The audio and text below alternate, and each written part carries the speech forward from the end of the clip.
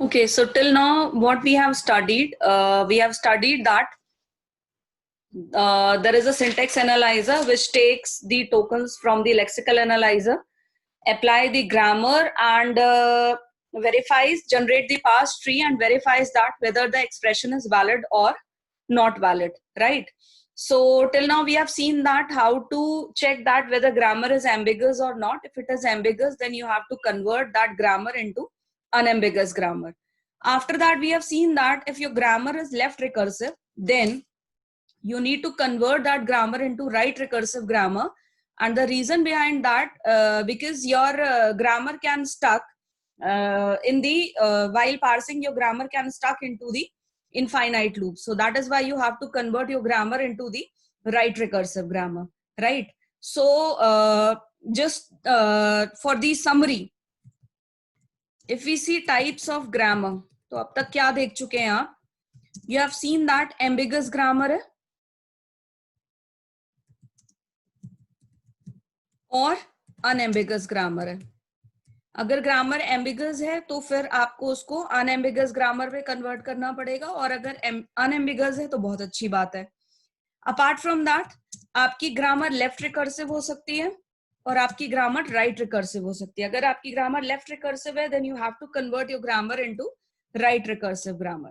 Apart from that, there are two more categories. Either your grammar can be deterministic or your grammar can be non-deterministic. So let's understand that what is the meaning of deterministic and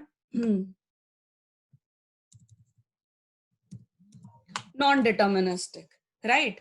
So basically अगर आप finite automata का concept देखें तो deterministic का मतलब क्या है? If you are providing the input, it should generate the one output. With respect to the one input, it should generate the one output. But if you are providing the input and your grammar is generating more than one output, suppose करिए आपने input में दिया ए and sometimes it is generating output as AA or sometimes it is generating output as AB, then your grammar is non-deterministic, your machine is non-deterministic.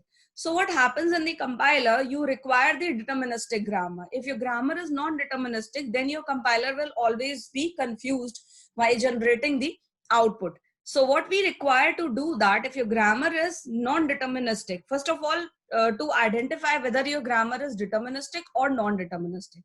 If it is deterministic, perfectly all right. But if it is non-deterministic, then you have to convert your non-deterministic grammar into the deterministic grammar, right? So this procedure of conversion of non-deterministic grammar to the deterministic grammar is called as left factoring. तो आपने आज जो मैं आपको पढ़ाने जा रही हूं, that is the concept of left factoring.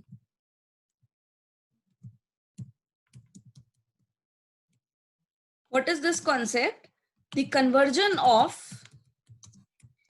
non-deterministic grammar to deterministic grammar. आप जो non-deterministic grammar है उसको deterministic grammar में convert कर रहे हैं. This procedure is called as left factoring, right?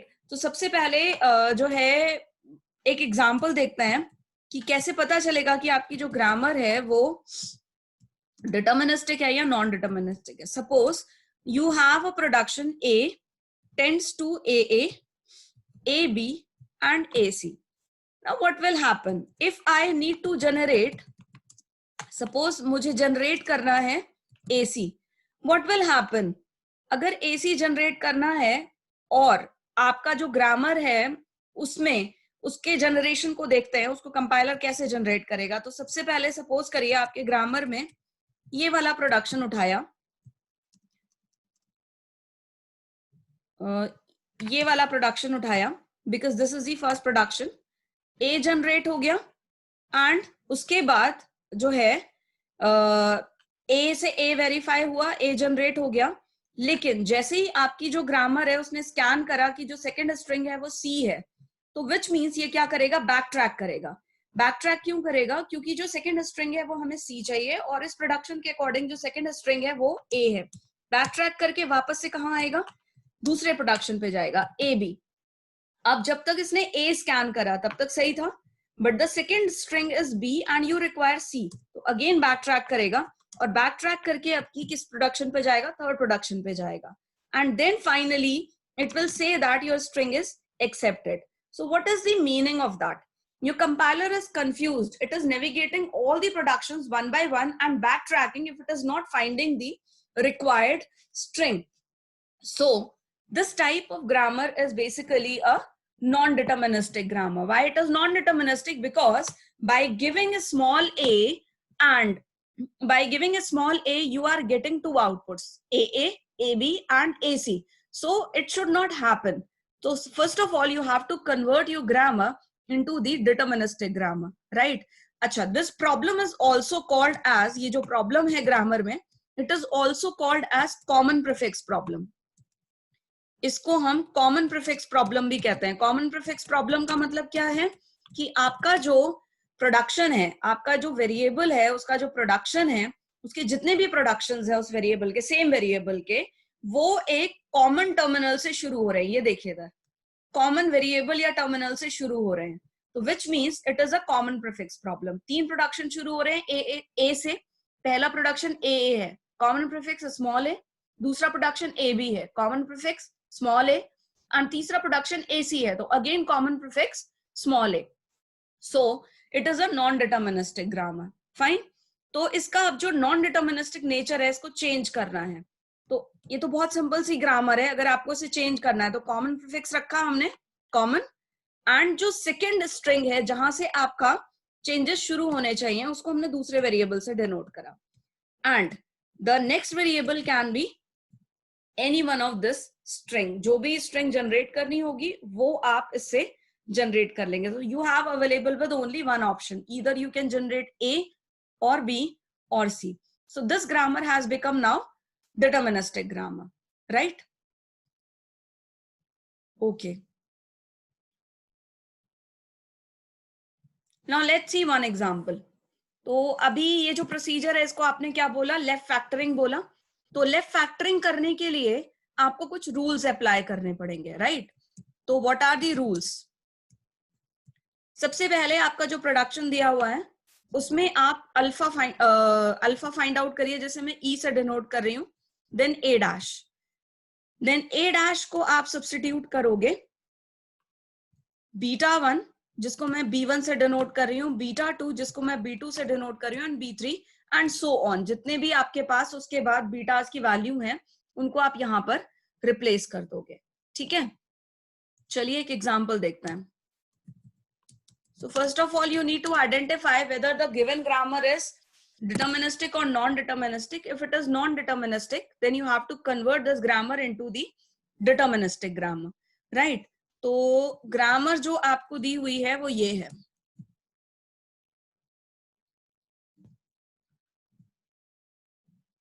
If expression, then a statement. If expression, then a statement, else a statement, and A. This is the grammar given to you. So whether check that this grammar is non-deterministic or not. If it is non-deterministic, then you have to convert this grammar into the deterministic grammar. Now this grammar is non-deterministic. Why? Why this grammar is non-deterministic? Because we can take the common prefix. अगर आप देखें तो सारे के सारे production में आप एक कॉमन प्रीफिक्स फाइंड आउट कर सकते हैं. If expression then statement, if expression then statement common, if expression then statement common है. तो दो प्रोडक्शंस में आपको ये जो प्रीफिक्स है ये कॉमन मिल रहा है. तो इसका मतलब ये हुआ कि ये जो ग्रामर है ये नॉन डिटर्मिनिस्टिक है, राइट? अब इसमें आपने क्या करना है, अल्फा और बीटा फाइंड आउट करना है. तो अल्फा और बीटा फाइंड आउट करने के लिए क्या करें? चलिए सबसे पहले ए क्या है? What is A? A is S.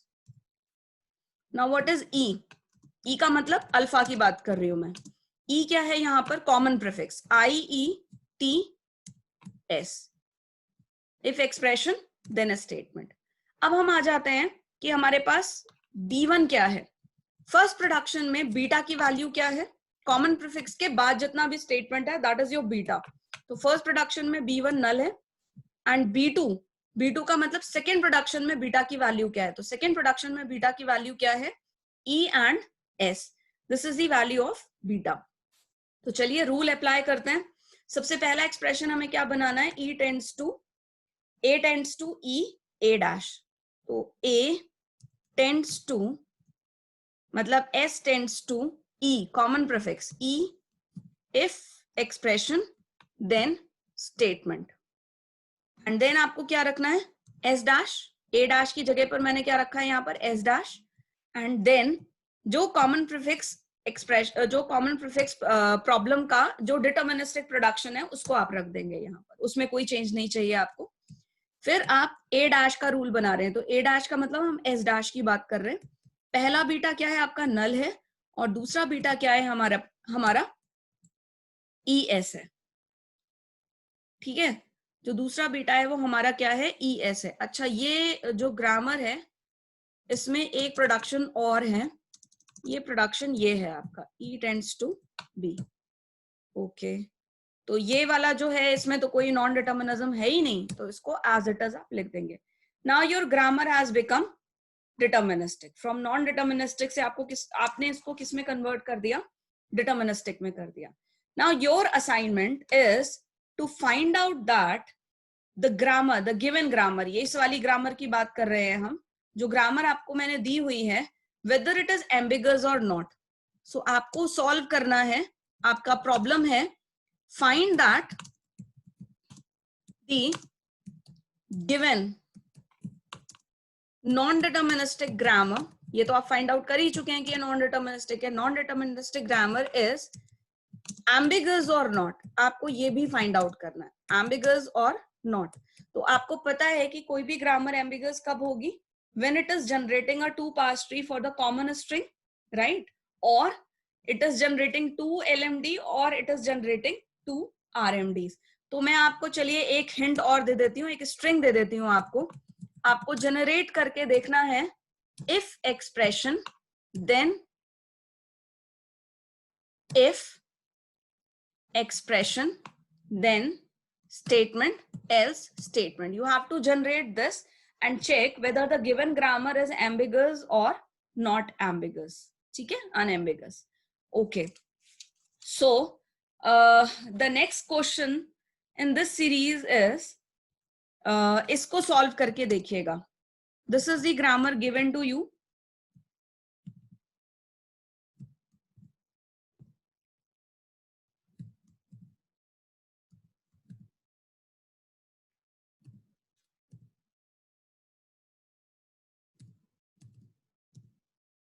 This is the grammar given to you, and you have to find out that whether your grammar is deterministic or non-deterministic. If it is non-deterministic, you found that it is non-deterministic, then you have to convert this grammar into deterministic grammar. Okay.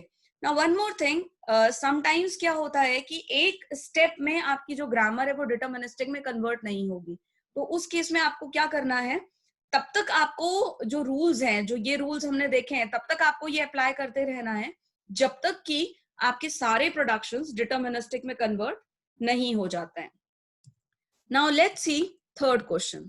Third question में आपको check करना है, this is the grammar given to you and you need to find out whether your grammar is deterministic और non deterministic, fine.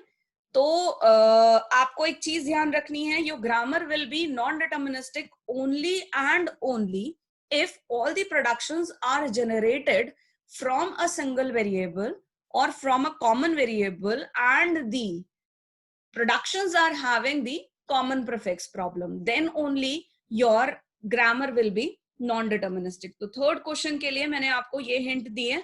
Now you need to find out whether your grammar is the non-deterministic grammar or not. Okay. So these are the questions that you need to practice, and in the next session we'll start with the parsers, types of the parsers, right?